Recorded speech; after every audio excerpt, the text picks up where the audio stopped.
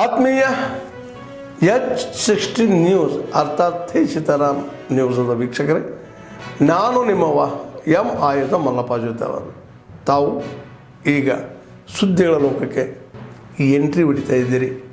ಈ ಸುದ್ದಿಗಳನ್ನು ಪ್ರತಿಯೊಂದು ನೋಡೋ ಜೊತೆಗೆ ನಿಮ್ಮ ಅಭಿಪ್ರಾಯಗಳನ್ನು ಹಚ್ತಾ ಇರ್ರಿ. ಯಾಕಂದರೆ ಈ ಸುದ್ದಿಗಳು ನಿಮಗಾಗಿ, ನಿಮ್ಮ ಬದುಕಿಗಾಗಿ, ನಿಮ್ಮ ವೈಚಾರಿಕೆಗಾಗಿ, ನಿಮ್ಮ ತಿಳುವಳಿಕೆಗಾಗಿಯೂ ನಿಮಗೂ ಗೊತ್ತು.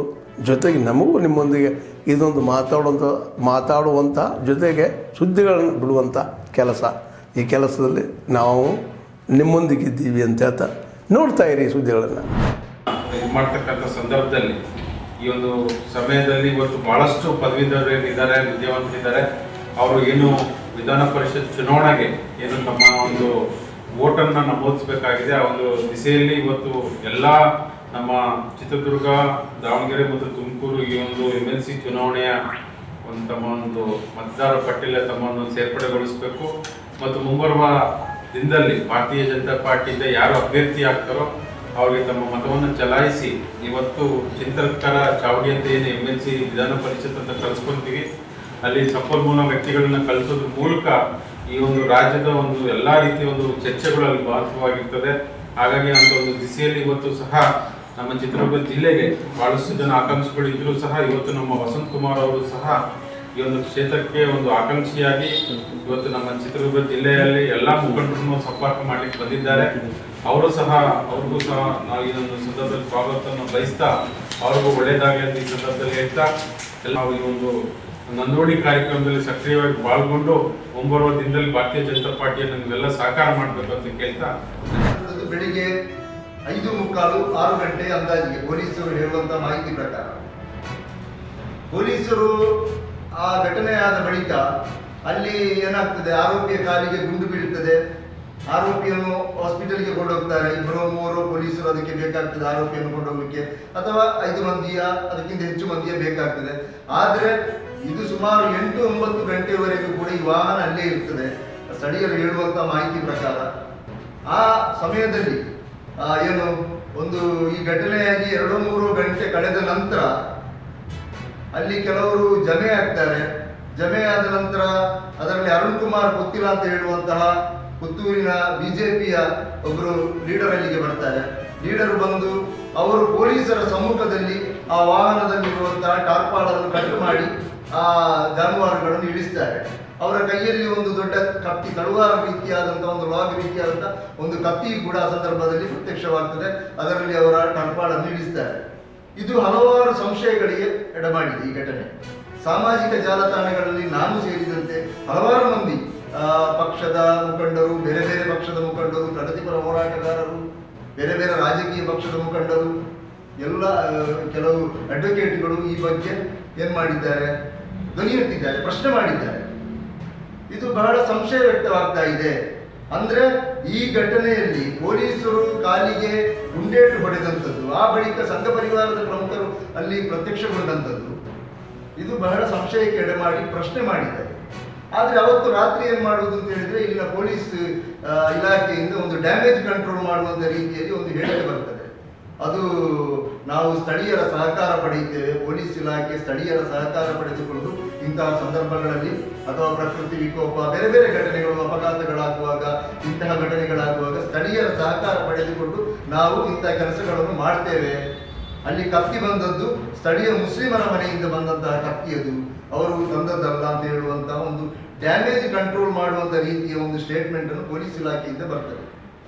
ನನಗೆ ಬಹಳ ನಮಗೆ ಏನು ತುಂಬಾ ಒಂದು ಆಶ್ಚರ್ಯ ಕಾಣುವಂಥದ್ದು, ಒಂದು ಪೊಲೀಸ್ ಇಲಾಖೆ ಈ ರೀತಿಯಾದಂತಹ ಸ್ಟೇಟ್ಮೆಂಟ್ ಕೊಡಬೇಕಾದಂತ ಅಗತ್ಯ ಇದೆಯಾ? ಒಂದು ಡ್ಯಾಮೇಜ್ ಕಂಟ್ರೋಲ್ ಮಾಡುವಂತ ರೀತಿಯಲ್ಲಿ ಆ ಕತ್ತಿ ಮುಸಲ್ಮಾನರ ಮನೆಯಿಂದ ತಂದ ಕತ್ತಿ, ಅಲ್ಲಿ ಮುಸಲ್ಮಾನರಿದ್ದಾರೆ, ಯಾಕೆ ಇದರಲ್ಲಿ ಕೂಡ ಧರ್ಮವನ್ನು ತುಳುಕು ಹಾಕಿಕೊಂಡು ಮಾತನಾಡುವಂಥದ್ದು? ಯಾಕೆ ಈ ಅರುಣ್ ಕುಮಾರ್ ಪುತ್ತಿಲ ಅಲ್ಲಿ ಬರುವವರೆಗೂ ಕೂಡ ಆ ವಾಹನದಿಂದ ಎತ್ತುಗಳನ್ನು ಇಳಿಸಲಿಕ್ಕೆ ಅರುಣ್ ಕುಮಾರ್ ಪುತ್ತಿಲ ಬರಬೇಕಾದಂತ ಅನಿವಾರ್ಯತೆ ಏನಿತ್ತು? ಓಕೆ, ಪೊಲೀಸರು ಹೇಳುವ ಪ್ರಕಾರ ಸ್ಥಳೀಯ ಜನರ ಸಹಕಾರವನ್ನು ಪಡೆಯುವುದು ಅಂತ ಹೇಳಿಕೊಳ್ಳುವ, ಅಲ್ಲಿ ಸ್ಥಳೀಯರು ಬೇಕಾದಷ್ಟು ಜನ ಇದ್ದಾರೆ. ಈ ಘಟನೆ 7 ಗಂಟೆ 8 ಗಂಟೆ ಆಗುವಾಗ ಇಡೀ ಜಗತ್ತಿಗೆ ಗೊತ್ತಾಗಿದೆ. ಈಶ್ವರಮಂಗಲದಲ್ಲಿ ಎಷ್ಟೋ ಸ್ಥಳೀಯರಲ್ಲಿ ಬಂದಿದ್ದಾರೆ, ಅವರ ಸಹಕಾರ ಪಡೆಯಬಹುದಿತ್ತು. ಸುಮಾರು 25-30 ಕಿಲೋಮೀಟರ್ ದೂರದಿಂದ ಅರುಣ್ ಕುಮಾರ್ ಪುತ್ತಿಲ ಇಲ್ಲಿ ಬರಬೇಕಾದಂತ ಅಗತ್ಯ ಇದೆಯಾ? ಅರುಣ್ ಕುಮಾರ್ ಗೊತ್ತಿಲ್ಲ ಬಂದು ಈ ಕೆಲಸ ಮಾಡಬೇಕಾದಂತ ಅಗತ್ಯ ಇದೆಯಾ? ಯಾರು ಅರುಣ್ ಕುಮಾರ್ ಗೊತ್ತಿಲ್ಲ? ಅರುಣ್ ಕುಮಾರ್ ಗೊತ್ತಿಲ್ಲ ಯಾರು? 20-25 ಪ್ರಕರಣಗಳಲ್ಲಿ ಆರೋಪಿಯಾಗಿರುವಂತಹ, ಕ್ರಿಮಿನಲ್ ಪ್ರಕರಣಗಳಲ್ಲಿ ಆರೋಪಿಯಾಗಿರುವಂತಹ ಒಬ್ಬ ಕೋಮು ದ್ವೇಷ ಭಾಷಣಗಾರ, ದ್ವೇಷ ಭಾಷಣಗಾರ, ಕಮ್ಯುನಲ್ ಗೂಂಡ ಅಂತ ಹೇಳಿ ಪೊಲೀಸರ ಲಿಸ್ಟ್ ಅಲ್ಲಿ ಹೆಸರಿರುವಂತ ವ್ಯಕ್ತಿ. ಪೊಲೀಸರು ಈತನ ಗಡೀಪಾರಿಗೆ ಬೇಕಾಗಿ ಗಡೀಪಾರು ಆದೇಶವನ್ನು ಈಗಾಗಲೇ ನಮ್ಮ ಉಪ್ಪಿನಂಗಡಿ ಬ್ಲಾಕ್ ಕಾಂಗ್ರೆಸ್ಸಿನ ಅಧ್ಯಕ್ಷರು, ಕ್ರಿಯಾಶೀಲ ವ್ಯಕ್ತಿತ್ವದ ಯುಪಿ ತೌಸಫ್ ಅವರು ತಿಳಿಸಿದ ಮುಂದೆ social democratic party of India ಜಿಲ್ಲೆಯವರು ಒಂದು ಪ್ರೆಸ್ ಅನ್ನು ಕರೆದು ಮೊನ್ನೆ ನಡೆದಂತಹ ಗೋ ಪ್ರಕರಣಕ್ಕೆ ಸಂಬಂಧಪಟ್ಟ ಹಾಗೆ ಒಂದು ಪ್ರೆಸ್ ಅನ್ನು ಕರೆದಿದ್ರು. ಆ ಪ್ರೆಸ್ಸಿನಲ್ಲಿ ಕೆಲವೊಂದು ವಿಚಾರಗಳನ್ನು ಕೂಡ ಉಲ್ಲೇಖ ಮಾಡಿದರು. ಅದರಲ್ಲಿ ಮುಖ್ಯವಾದ ವಿಚಾರಗಳೇನು ಅಂತ ಹೇಳಿದ್ರೆ, ನಮ್ಮ ಪುತ್ತೂರಿನ ಜನಪ್ರಿಯ ಶಾಸಕರಾದಂತಹ ಶ್ರೀ ಅಶೋಕ್ ಕುಮಾರ್ ರೈ ಅವರ ವಿಚಾರವನ್ನು ಕೂಡ ಅವರು ಉಲ್ಲೇಖ ಮಾಡಿದರು. ಅಶೋಕ್ ಕುಮಾರ್ ರೈ ಅವರು ಆ ಪ್ರಕರಣ ನಡೆದ ಸಮಯದಲ್ಲಿ ಪತ್ರಿಕಾ ಹೇಳಿಕೆಯನ್ನು ಕೂಡ ಕೊಟ್ಟಿದ್ದರು. ಅಕ್ರಮ ಗೋ ಸಾಗಾಟ ಪ್ರಕರಣಕ್ಕೆ ಸಂಬಂಧಪಟ್ಟ ಹಾಗೆ ಅಕ್ರಮ ಚಟುವಟಿಕೆಗಳು ನಡೆದ ಸಂದರ್ಭದಲ್ಲಿ ಅದನ್ನು ತಡೆಯುವಂತ ಕೆಲಸವನ್ನು ಪೊಲೀಸ್ನವರು ನಿರಂತರವಾಗಿ ಮಾಡ್ತಾ ಇದ್ದಾರೆ. ಅದೇ ಸಾಕಷ್ಟು ಅದಕ್ಕೆ ಬ್ರೇಕ್ ಕೂಡ ಹಾಕಿದ್ದಾರೆ.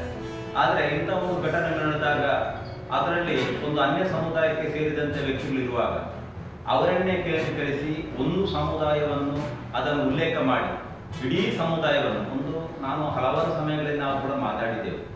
ಯಾವುದೇ ಒಂದು ಪ್ರಕರಣಗಳಲ್ಲಿ ಅದು ತಪ್ಪು ಮಾಡಿದಾಗ ಒಂದು ಆರೋಪಿ ಆಗಿರ್ತಾನೆ ಅಥವಾ ಅಪರಾಧಿ ಆಗಿರುವುದಿಲ್ಲ. ಯಾಕಂದ್ರೆ ಕೋರ್ಟ್ನಲ್ಲಿ ತನಿಖೆ ನಡೆದು ಆ ತಪ್ಪು ರುವಾದಾಗ ಮಾತ್ರ ಅದು ಅಪರಾಧಿ ಆಗಿರ್ತಾರೆ.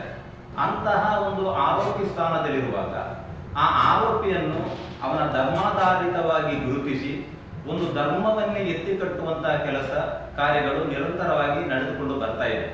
ಇದು ಸರಿಯಲ್ಲ ಅಂತ ಹೇಳುವ ವಿಚಾರವನ್ನು ಶ್ರೀಮಾನ್ ಅಶೋಕ್ ರೈ ಅವರು ಹೇಳಿದ್ದಾರೆ. ಈ ಪ್ರಕರಣದಲ್ಲಿ ಕೂಡ ಒಂದು ಸಮುದಾಯವನ್ನು ಎತ್ತಿ ಕಟ್ಟುವಂತಹ ಕೆಲಸ ಕೂಡ ಅಲ್ಲಿ ಆಯಿತು. ಅದಕ್ಕೆ ಏನು ಒಬ್ಬರು ಗೋರಕ್ಷಕರು ಅಂತ ಹೇಳಿಕೊಳ್ಳುವಂಥ ವ್ಯಕ್ತಿಗಳು ಹಲವಾರು ಕೇಸುಗಳನ್ನು ಹಾಕಿಕೊಂಡವರು ಸ್ಥಳಕ್ಕೆ ಹೋಗಿ ನಾವೇ ಒಂದು ಗೋರಕ್ಷಕರು ಅಂತ ಹೇಳಿಕೊಂಡು ಪೋಸು ಕೊಟ್ಟು ಅದರ ಲಾಭವನ್ನು ಪಡೆಯುವಂತ ವಿಚಾರವು ಕೂಡ ಅವರ ಗಮನಕ್ಕೆ ಬಂದಿತ್ತು. ಇದೇ ಹೇಳುವಂತಹ ವ್ಯಕ್ತಿಗಳ ಸರ್ಕಾರವು ಕೂಡ ಈ ಹಿಂದೆ ಇತ್ತು. ಆ ಸಮಯದಲ್ಲಿ ಇಷ್ಟೊಂದು ಕಟ್ಟುನಿಟ್ಟಿನಾದ ಕ್ರಮ ಕಾರ್ಯಗಳು ನಡೆಯಲಿಲ್ಲ. ಅವರ ಸರ್ಕಾರ ಇರುವ ಸಮಯದಲ್ಲಿ ಅಂತ ಒಂದು ಕಟ್ಟುನಿಟ್ಟಿನ ಕ್ರಮ ನಡೆಯದೇ ಇದ್ದಾಗ ನಮ್ಮ ಸರ್ಕಾರದಲ್ಲಿ ಇಂತಹ ಒಂದು ಕಠಿಣ ಕೆಲಸ ಕಾರ್ಯಗಳು, ಇದನ್ನು ತಡೆಯುವಂತ ಕೆಲಸಗಳು ಬಹಳ ಸ್ಪಷ್ಟವಾಗಿ ನಡೀತದೆ. ಅದಕ್ಕೆ ನಾವು ಪೊಲೀಸರನ್ನು ಅಭಿನಂದಿಸ್ತೇನೆ ಅಂತ ಹೇಳುವಂತ ವಿಚಾರಕ್ಕೆ ಉಲ್ಲೇಖವಾಗಿ ನಮ್ಮ ಶ್ರೀಮಾನ್ ಅಶೋಕ್ ರೈ ಅವರು ಆ ಸಂದರ್ಭದಲ್ಲಿ ಹೇಳಿದ್ರು. ಮತ್ತು ಆ ಘಟನೆ ವಿಚಾರಕ್ಕೆ ಸಂಬಂಧವಾಗಿ ಅದನ್ನು ಘಟನೆ ಯಾರು ಮಾಡಿದಾರ ಅದು ನಮ್ಮ ಇಲ್ಲಿಯ ಸ್ಥಳೀಯರಲ್ಲ, ಅದು ಹೊರ ಊರಿನವರು, ಹೊರಗಿನ ಊರಿನವರು. ಏನೋ ಅವರು ಅಕ್ರಮ ಗೋಸಾಗಾಟ ಮಾಡಿದ್ದಾರೆ, ಅದು ಕೇರಳಕ್ಕೆ ಅವರನ್ನು ಕೊಂಡೊಯ್ತಾ ಇದ್ದಾರೆ. ಅದನ್ನು ನಮ್ಮ ಸ್ಥಳೀಯವಾಗಿ ಅದನ್ನು ಒಂದು ಗುಲ್ಲೆ ಬೀಸುವಂಥದ್ದು, ಒಂದು ಏನು ಹೇಳಿದ್ರೆ ನಮ್ಮ ಶಾಂತಿಯನ್ನು ಕದಡುವಂತ ಕೆಲಸ ಮಾಡುವಂಥದ್ದು ಯಾರು ಕೂಡ ಮಾಡಬಾರದು ಅಂತ ಹೇಳುವ ಒಂದು ವಿಚಾರದಲ್ಲಿ ಅವರು ಹೇಳಿದ್ದಾರೆ. ಹೊರತು ಯಾವುದೇ ಒಂದು ಸಮುದಾಯವನ್ನು ಅಥವಾ ಒಂದು ಅಲ್ಪಸಂಖ್ಯಾತರನ್ನು ಗುರಿಯಾಗಿಸಿ ಅವರು ಯಾವುದೇ ಒಂದು ಮಾತನ್ನು ಕೂಡ ಅವರು ಹೇಳಿಲ್ಲ. ಈ ಒಂದು ವಿಚಾರವನ್ನು ನಾವು ಏನು STP ಅವರು ಈ ಒಂದು ನಮ್ಮ ಅಲ್ಪಸಂಖ್ಯಾತ ಸಮುದಾಯವನ್ನು ಗುರಿಯಾಗಿಸಿ ಶಾಸಕರು ಹೇಳಿಕೆ ನೀಡಿದ್ದಾರೆ ಎಂಬ ವಿಚಾರವನ್ನು ನಾವು ಈ ಮೂಲಕ ನಾವು ಖಂಡಿಸ್ತೇವೆ.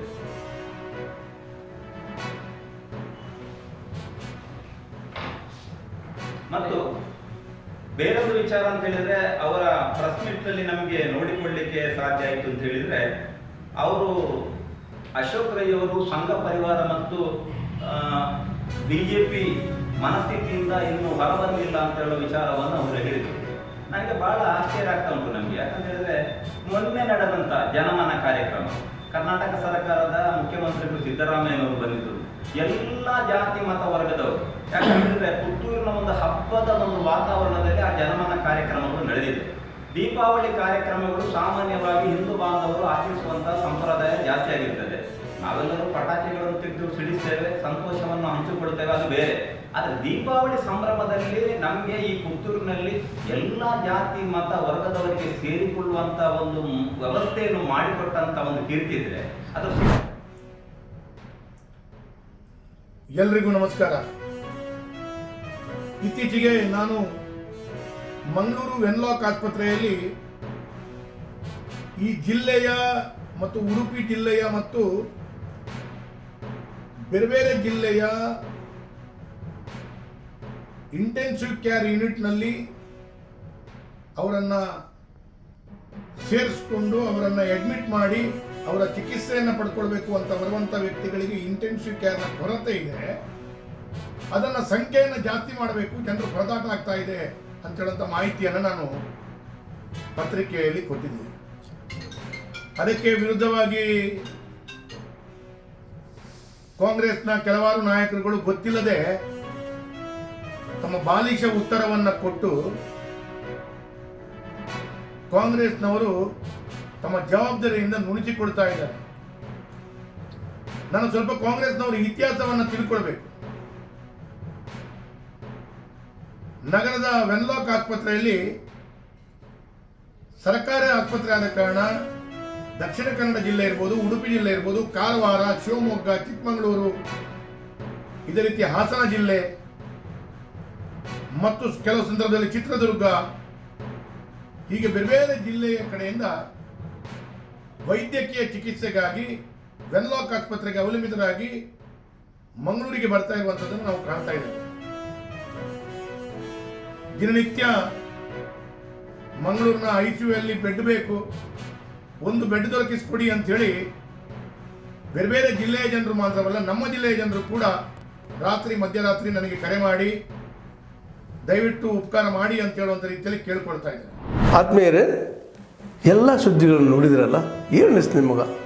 ಇದರಲ್ಲೇ ನಿಮ್ಗೆ ಲೈಕ್ ಆಗಿರ್ಬೋದು, ಡಿಸ್ಲೈಕು ಆಗಿರ್ಬೋದು, ಕಾಮೆಂಟ್ ಬೇಡಪ್ಪ ಅಂತೂ ಅನಿಸಿರ್ಬೋದು, ಕಾಮೆಂಟ್ ಮಾಡಬೇಕಪ್ಪ ಅನಿಸಿರ್ಬೋದು, ಶೇರ್ ಮಾಡಬಾರ್ದಪ್ಪ ಅನಿಸಿರ್ಬೋದು, ಅದು ಮಾಡಬೇಕು ಅನಿಸಿರ್ಬೋದು. ಏನಾದರೂ ಆಗಲಿ ಶೇರ್ ಮಾಡ್ತಾಯಿರಿ, ಈ ನ್ಯೂಸ್ಗಳನ್ನ ಹಂಚ್ತಾ ಇರಿ, ಜೊತೆಗೆ ಇದಕ್ಕೆ ಸಬ್ಸ್ಕ್ರೈಬ್ ಆಗ್ತಾಯಿರಿ ಅಂತ ಹೇಳ್ತಾ H16 ನ್ಯೂಸ್ ಅರ್ಥಾತ್ ಹೇ ಸೀತಾರಾಮ್, ಇದು ಸತ್ಯದ ಕೈಗೆ ನಡಿ. ವಂದನೆಗಳು.